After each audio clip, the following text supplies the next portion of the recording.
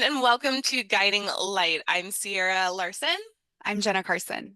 and today we are so happy to have Teandra Pfeil with us. Teandra is a dedicated breathwork educator and wellness advocate with a multifaceted background in education, science, health, and nutrition. With a passion for holistic well-being, Teandra combines her extensive knowledge of breathwork techniques with her understanding of human physiology to empower individuals on their journeys to better health and emotional resilience. Teandra holds a master's degree in mechanical and nuclear engineering from Purdue University. Additionally, she is a trauma-informed breathwork certified specialist who has spent years studying the intricate relationships between breath, mind, and body. Teandra's workshops and one-on-one sessions are designed to create a supportive and nurturing environment where participants can explore their breath, learn about the science behind it, and discover practical tools to incorporate into their daily lives. Her engaging teaching style is rooted in compassion and science, making her sessions both informative and transformative. Welcome, Teandra. Thank you so much for being here. Thank you guys for having me. I'm really excited to get to be here today. Teandra, you started off as a mindset coach. So, what inspired your transition to include breathwork in your practice?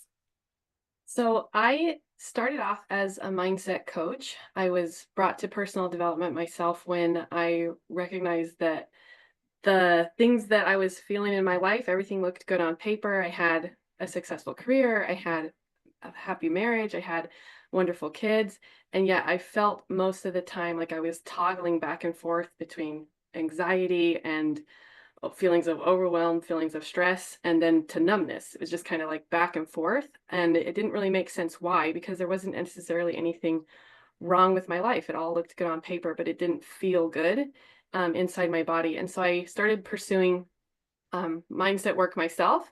And when I discovered that and recognized the power of our mind to of what it's actually controlling about our programming that we have, about how we respond to things, that most of our life we're living on autopilot, and that if you have patterns that are not in alignment with your current goals, that's where you feel that discomfort, that disconnection from yourself.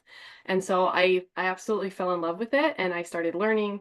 I was learning and pursuing it for over a decade, and then when I found breath work, it was amazing to see how quickly people were able to make changes when they include their body into the work with the power of the breath. Because so much of what we do, if we're only focusing on mindset and we're really doing it from the neck up, we're thinking about affirmations, we're doing visualizations, but we're not bringing our emotions into it.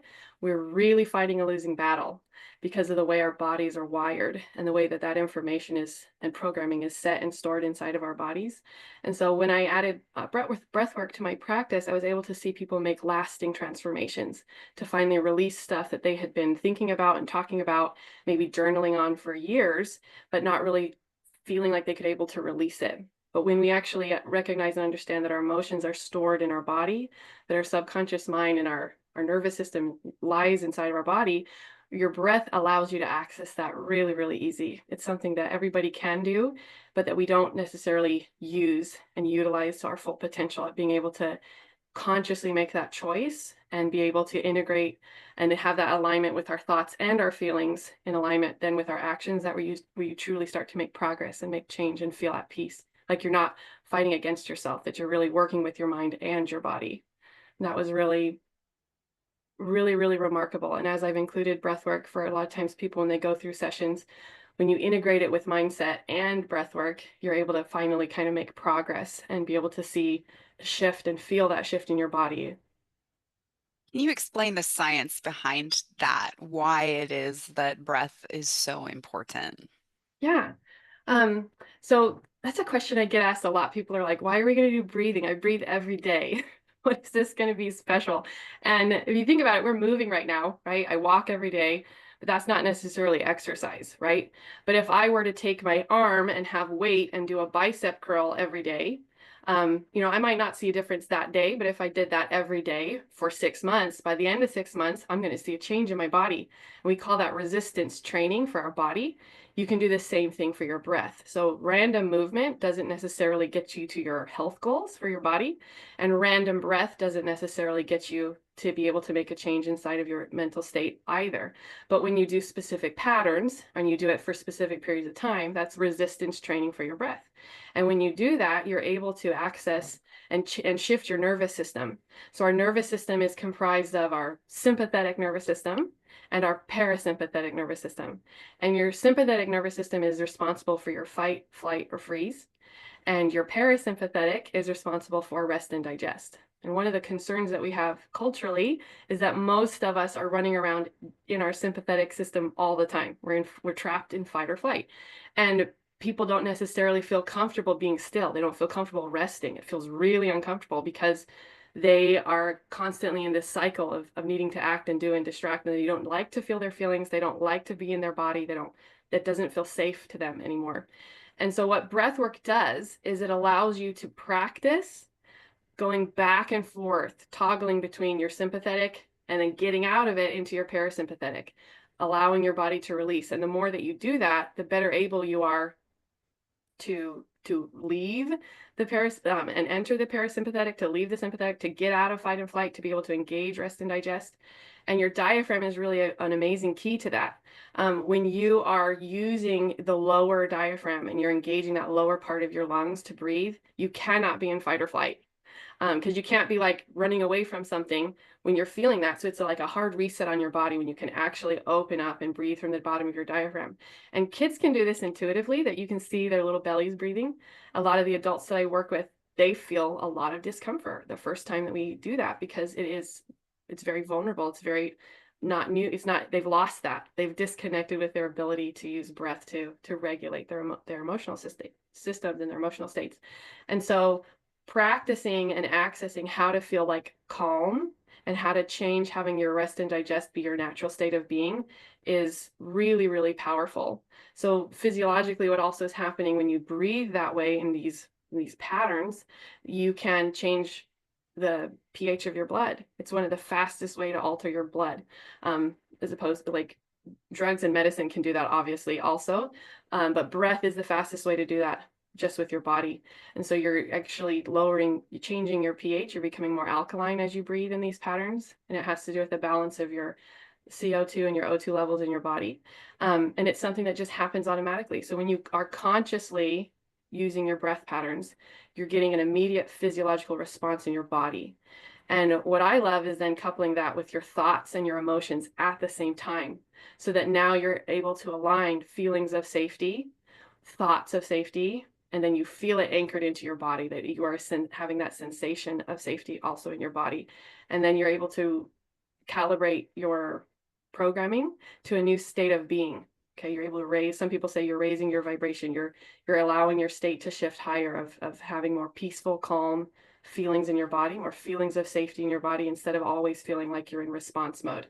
I like to say that I like to help people become architects instead of walking around like a firefighter. So thinking about what types of response you want to have, how you want to feel, having intentional action, using your agency, and then choosing and designing and practicing, with your breath and with your thoughts and with your emotions, practicing that, so then it's how you're going to respond on automatic in the future, instead of operating on programming that might have been set by accident as we grow up. And then we just have these situations that suddenly, if you're not managing your stress is managing you. And so we want to take back our power and our agency by choice, and then programming it in using breath so that we feel at home and safe in our body. Yeah, there's so much there. There's so much there, and I love it. Like it's interesting. There's two things I'm thinking about. Was when you said, the part of your brain that um, prioritizes rest and digestion. Literally before you came on, Jenna and I were just discussing how sometimes we get annoyed. Like I get annoyed when I have to stop what I'm doing to eat because I'm like, so go, go, go. And Jenna's Yeah. like, yeah. And Jenna was saying, like, I get annoyed when I have to go to bed because I have to stop what I'm doing to sleep. And it's just like we're constantly in this mode of like, get it done, and putting that part of our brain on the back burner, which I Mm-hmm. think is so interesting. And then the other thought that I was having, it was interesting because when you talk about belly breaths, that's something that we do a lot, work a lot with in therapy too, and part of self-regulation that we teach. And I was talking to my husband because he was stressed about something, and I was like, okay, take a belly breath. And he like kind of takes this shallow breath, and I was like, no, like with your stomach. And he's like, what are you talking Yeah. about? He had no idea. And I mean, he's done sports, he's a Marine, like he's done like, CrossFit, like just like this really, active person. And I was like, no, you have to like push your like fully like push your belly out. And I was like teaching him how to do these belly breaths. And he's like, that's how you're supposed to breathe? Because you're never taught like the correct way to breathe. So Mhm. I think that's so important. Like you're saying, even as children, like children do it naturally, but somewhere along the lines, we lose that natural ability to Yeah, breathe. when we say take a deep breath and we go, we're literally Yeah. training them to use their shoulders when really the deep breath should be forward. Yeah. Yeah. Teandra, can you cue our listeners right now? Can you teach them one step to diaphragmatic breath? Like, Yes. what would you say to your clients? Um, I'd say if you have never done it before, the easiest way to do it is if you're lying down, because then you can see your belly floating forward. Because you're going to kind of imagine it's like a balloon that's in your near your tummy, and you're going to imagine inflating it. Another thing that you can do is place your hand on your abdomen and then another hand on your upper chest, because then you're going to be able to feel the different parts. The first pattern I usually teach people is called it's a three-part breath or a triactive breath. It has other ancient names, but that's an easy one for us to remember.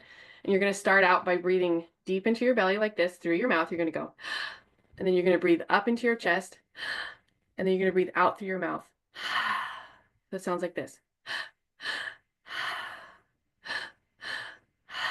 So forward, up, out.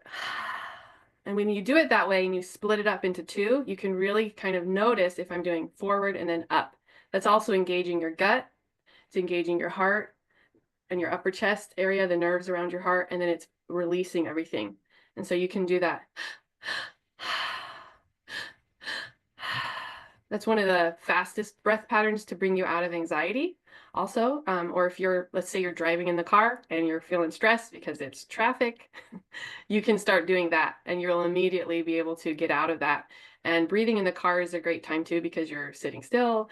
If you can fit breathing into parts of your day where it fits in naturally, you're going to be giving your body those doses of rest and digest that's going to help you cope with other things that you have in your life. Another useful tool is before you go to bed, if you breathe as you're laying down or you breathe as you're waking up, when you use that diaphragm, it's also acting like as a bellows for your intestine. And it's pumping your intestines, it's pumping your gut, it's pumping your stomach, which if we don't breathe like that, it's not happening. And so it's helping with elimination, it's helping with circulation, it helps improve your skin. It helps to do so much when we breathe right. It's almost like our bodies need to breathe. So the Right. more that we can put that in and intentionally doing it, you're going to reap dramatic benefits if we're doing it consistently. One other breath pattern I would recommend is it's a alternating nostril breathing, where you use your thumb and your forefinger like this, like a little, like you have a gun kind of, but you're going to press the thumb onto your left nostril and you're going to breathe in and out on your right side. So you're going to breathe in and out. And that's stimulating in and out on one side of our hemisphere of our brain. Then we're going to switch and we're going to breathe in and out. And that's stimulating the alternate hemisphere of our brain. We're going to go back and forth. In for 4, out for 8. We switch sides, in for 4, and out for 8. And when you do that pattern actually brings a meditative quality to your breathing. It will actually switch your brainwave pattern quicker into a meditative state. You can use about 5 minutes of that pattern because you're getting cohesive left brain, right brain, left brain, right brain working together. This is great for people who have ADD or ADHD, that it is now bringing your pattern, both sides of your brain, syncing them up. And physiologically, it's strengthening that tissue between the two halves of your brain that allows for whole brain thinking and communication. So just doing that breathing as you're lying in bed, you are reaping a world of benefits. I have my kids do that before they take a test, that it helps their brain get ready to think as a whole brain. And so if you're using your diaphragm, you're breathing with the alternate sides, you're doing 4 on the inhale, 8 on the exhale, you're doing a lot in a very short period of time. And it gives so many benefits. A lot of times people feel like they don't feel like anything's happening when they're doing breath work, or they feel like they don't feel like anything's happening when they're doing meditation. Meditation was a monastic tradition. It was developed by monks who had just sat around for a long time. And sometimes it can take like 20 minutes of sitting there before you actually enter your theta brainwave state, which is the meditative state. And so for a lot of people, if you're beginning, that's discouraging. But if you can do this breath work, within 5 minutes, your brainwave patterns shift. So it's a much quicker and easier way to get into that state, which deepens. If you're already having a meditative practice, this is going to deepen it. So when you add breath work into what you're doing, it's going to deepen it. It's going to get your body on your side so that you're working with your body and your mind and not just one or the other. Wow. Man, there's so much in there that's just like so rich. And I know you're giving us kind of the short version, and I'm sure, your workshops and things that you do just kind of go so deep into that. And it's just, even just this taste is so valuable. So I'm so excited about that. What would you say for, I know some people that have like, kind of like sinus issues or things like that where they wouldn't really be able to breathe through their nostrils, like they might have a deviated septum or congestion, like chronic congestion or something where they struggle to breathe through their Mm-hmm. nose or are doing a lot of mouth breathing or have issues getting breaths. Or even I'm thinking asthma, like my children have asthma, so things like that. Are there different patterns for those that struggle with different issues with breath and breathing, or are ways that they can still utilize this? So no matter if you have issues with your sinus or you have to breathe through your mouth, the key is if you're engaging your diaphragm the right way, your body will do the rest. Um, some of the faster patterns are not recommended for people with um, heart issues or lung disease, like it, because it can cause concerns. If you're going to people who want to do really intense sessions, it is recommended that you do it with a facilitator that is there who's going to safely be monitoring you, watching your body cues. So if you're doing this at home, just focus on doing the diaphragm, engaging the diaphragm low into your belly, and your body will take care of the rest as you listen to it. I would not recommend trying to do breath of fire or um, anything like that without having somebody there with you if you're just getting started, because if you have health concerns, you want someone to help guide you through that. You want a facilitator that's going to step you through that and be aware and being able to change the pattern, slow it down. And you always want to listen to your body. Sometimes when people will start doing breath work, they'll notice their hands start to get tingly or crampy and they worry, am I doing this wrong? And that's just a natural response when your blood pH is changing, it's becoming more alkaline.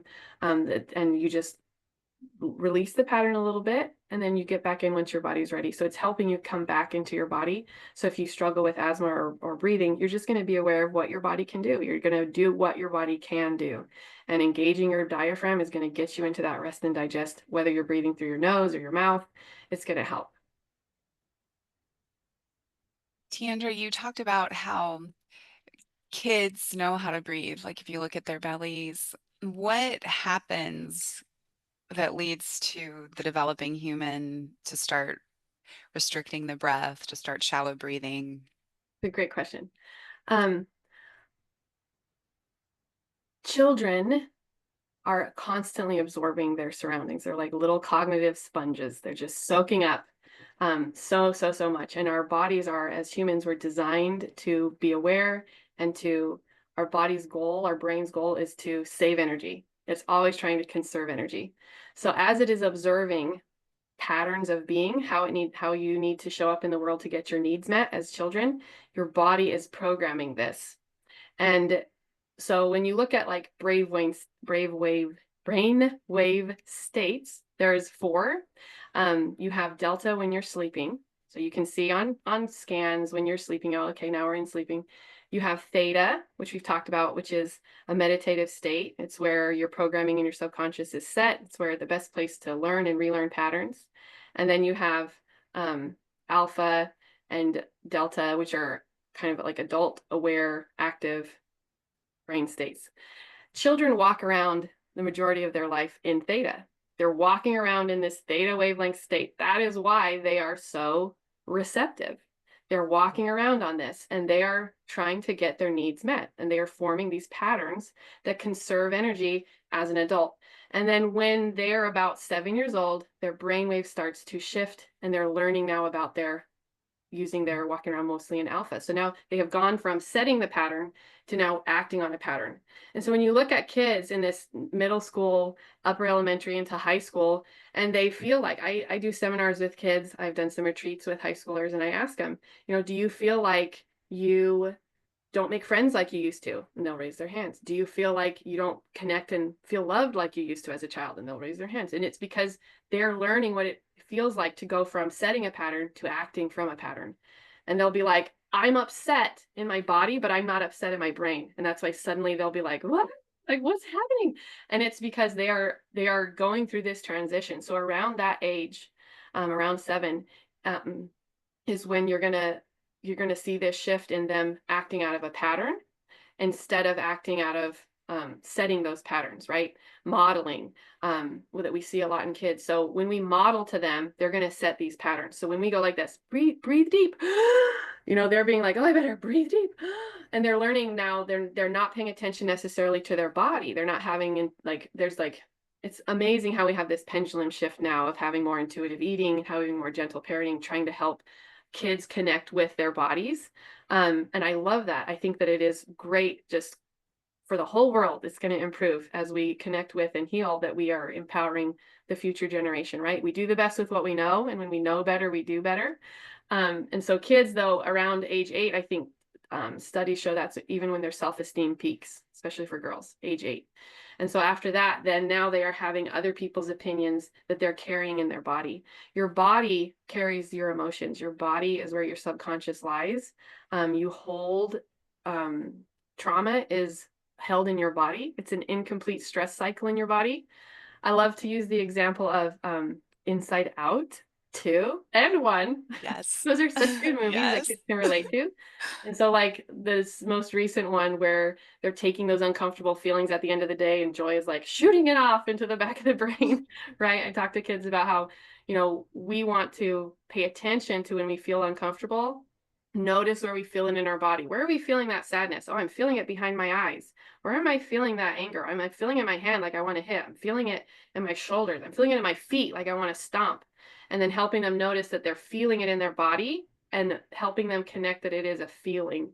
Um, and so when you do that as kids, when you're helping them breathe and helping them feel their feelings in their body, sometimes when we label it, we immediately jump into our thinking brain and we're like, this is why I feel that way, right? But for your feelings, you need to just feel them. You just have to feel them and notice them. Where is it in my body? I feel that tightness in my chest, right? I feel that anxiety in my stomach.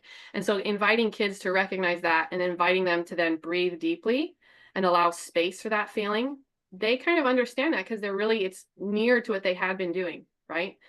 And when we have these, trauma isn't what happens to us, it's what happens in us. An event can happen, but if it was just what happened to us, the trauma would be done once the event stopped. And we know as humans, that's true in other animal species, but for humans, that's not how it is. That's not how we are wired. That's not what our purpose on this earth is. We carry that memory.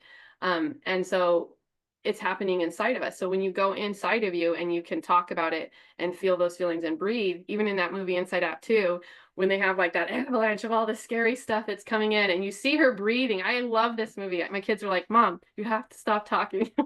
We watch that movie because they get so excited.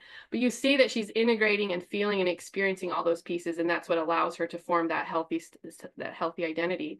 And so when we are walking around with patterns, it's often how we are trying to get our needs met, and we have survival patterns that we are acting on autopilot that we're not even aware that it's an autopilot thing. And when you have awareness of it and you are breathing through it and you are asking, I see that I'm upset because maybe my spouse did this thing about the laundry. It's not about the laundry. So then you say, what is the need that's not being met? And you kind of breathe, and then your body will tell you what is actually the need that needs to be met. And then you're able to get those needs met in a healthy and sustainable way. And I think breathwork helps you to be able to do that. When you ask a kid, what's wrong, and you sit next to them and you breathe and you say, I'm here with you while you're feeling this feeling, so you don't have to be alone. Let's just take some deep breaths. I'll be with you as long as you need to while you're getting your sad out. And then after that, then you talk to them. Okay, what was it that made you sad? What do you think you need? And how can I help you? Then that's helping them gain the skills of connecting the dots, that my feelings are separate from what's going on in my body, that's separate from what I need to have being met. And so I hope that answered your question. It was really a long No, answer. that was amazing. And it reminds me, I think you've used the word whole brain. Have you read The Whole Brain Child? And they talk about, connect, then correct. Yes. And I love that model that you used of like sitting with them and helping them to learn self-regulation, Mhm. being able to self-regulate and then, you know, correcting the model so that they can be, in their thinking brain and in their prefrontal cortex. Right. And Because they co-regulate first. You mm, don't join their storm, right? You get to be the calm place while they have their storm. And then they can see, mommy's not mad. Mommy's still safe. My feelings are safe. Even though they're big right now, I can still feel them safely, right? And as a parent, if you didn't experience that in your childhood, sometimes it is very triggering as an adult to maintain that. And so, the more that you grow, the more you're able to help your children and the people, your peers, your coworkers, any situation, like you can help to then model what that feels like and be a safe place for them during that. I'd like to talk about those of us, and I mean those of us as listeners, and even I think for myself and just a lot of humans in the world, we unfortunately may have faced a lot of trauma very early on, some people from infancy, and not had safety with whoever our caretaker was. So, can you speak to what happens even in these sweet, innocent little bodies that, in a healthy situation would be able to be in that theta state? What happens in the face of trauma at an early age, and how does that affect the breath? Yeah. So when you do not feel at safe in your body, I think many of us, there's many types of trauma. There's acute, which is something like an event that happened. There's also chronic, right? Not your needs not being met, um, you being ignored, you saying, "Hey, mommy, look at this," and mommy's busy all the time. Mommy wasn't trying to do something bad, and she probably didn't even know, but you felt like, "Oh my gosh, I'm not being seen." That's one of our basic needs, right? We need to be seen. And if you're not being seen, then you're like, well, what do I need to do to be seen? And so then maybe you act out. Maybe you have to be aggressive to be seen. And so now I'm aggressive. When I'm aggressive, now my needs are met and I'm seen. But you have this kind of a bad cycle, right? It is not actually in alignment with, especially in as adult, what your current goals are, right? So you have these thoughts, feelings, and actions that are not in alignment, right, with your current goals. So with breath work, what it allows us to do is kind of go back to those parts, those little things in that movie that got shot out to the back of your mind, those uncomfortable emotions, those needs that were not met. You entered that stress cycle. Trauma is just an incomplete stress cycle in the body. So you have that stress cycle that now as an adult, you can go back and complete it. You can breathe through it. You can allow that feeling to process, and then you can think through it again as an adult. And it's important to do this from a place of forgiveness of yourself, especially. And forgiveness is giving up the hope of a different past, of understanding that it was what it was and that it's okay. I love the Hawaiian practice of ho'oponopono, the forgiveness. I'm sorry. I love you. Please forgive me. Thank you. That's not the correct order, but there's those four phrases, right? Um, I'm sorry, please forgive me, thank you, I love you. That's what it is. I'm sorry, please forgive me, thank you, I love you. Even towards yourself. I'm sorry that I've been holding on to this so long. I'm sorry that I didn't know, but now I do know. Please forgive me. Thank you for teaching me this, and I love you. You can do that for your past self, right? And forgiveness is incredibly freeing. When we recognize that our body is always trying to save us, even when we have these weird responses. I hesitate of using the word we're healing our nervous system, because I like to think that we're empowering it, we're responding to it, because our nervous system is doing its job. The engineer in me says, program runs what the program was programmed to do. Like our bodies are doing what they're trying to do. And so if we get better information, then we have our body working with us instead of against us. But your body in that moment was doing the best it could at the time. And so being seen and just acknowledging and recognizing that, breathing and allowing space for that feeling helps you to, some people call it shadow work, some people call it child work, reparenting your inner child, regardless of what you call it. In the movie, it was like the avalanche coming in and being accepted, right? I love that movie that it kind of shows, the neuroscience on it is just spot on, but it kind of shows that process of her accepting and saying, this is what happened and it's okay. This is what happened and it's okay. I am still blank, right? And so a lot of that, we do it with affirmations. Sometimes we do it with journaling. Sometimes we do it with talk therapy. But when you bring your body into it and you align that feeling, then you actually get change. Because otherwise, if you're like, you don't feel worthy in your body and you're just trying to white knuckle it through affirmations, I am worthy, I am worthy, I am worthy. It takes thousands of repetitions, right? To be able to do that. And people give up before they actually see change. And if you're affirming the negative in your body, even if you say the affirmation, but you do not feel it in your body, you're affirming the negative. So sometimes we're digging ourselves deeper into a hole. And so when you get the breath into it and you allow space for that feelings and you teach yourself to feel safe, that you feel like you're coming home, you carry that home with you.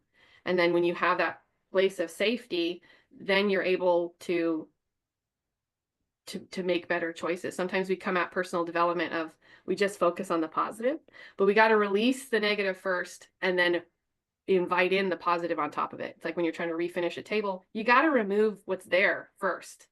You got to be aware of what it is, maybe take some of it that you're going to remove before you can put on the new stain or treatment and then you seal it in. Otherwise, you're going to get this weird, bubbly, weird, sticky surface. If you guys are into DIY, I dabbled in refinishing some furniture and I was like, this is exactly like breathwork and mindset when I was going over it, because you gotta first be aware of what is. What did I go through as a child? What were these traumas that happened to me? Even if they were intentional or not, being awareness, what is there?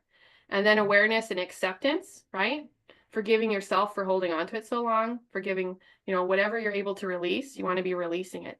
And we're so full already, we're programmed. We got to release first. And when you release the patterns, when you release, so when you release everything that's inside of you that isn't serving you, that you've outgrown, then you make more space inside of you to accept what is, right? Often we say that we have all these personalities when they're really just survival patterns that are being expressed. And we have conditioning, right? We have nature and we have nurture, how we were and how our environment shaped us. And the breath helps you to release a lot of that and then embrace what does feel like love. And it's amazing when somebody does a session, they use the breath, and then in the stillness, they have thoughts come up. When they ask a question to themselves, they have thoughts come up. And so I always have people journal directly after to kind of capture it and then pursue that again, because it's amazing how your body knows. Your body has been there every step of the way. Your body has it in its memory, and oftentimes we ignore it. We push through. We're like, I just got to do, and we don't want to be. And so the more that we connect back into our breath, the more that we connect back into our feelings, the more that we connect back into our body, we carry that safety with us. And we're able to release and reprogram. And that is an upward spiral that will take us anywhere that we want to go.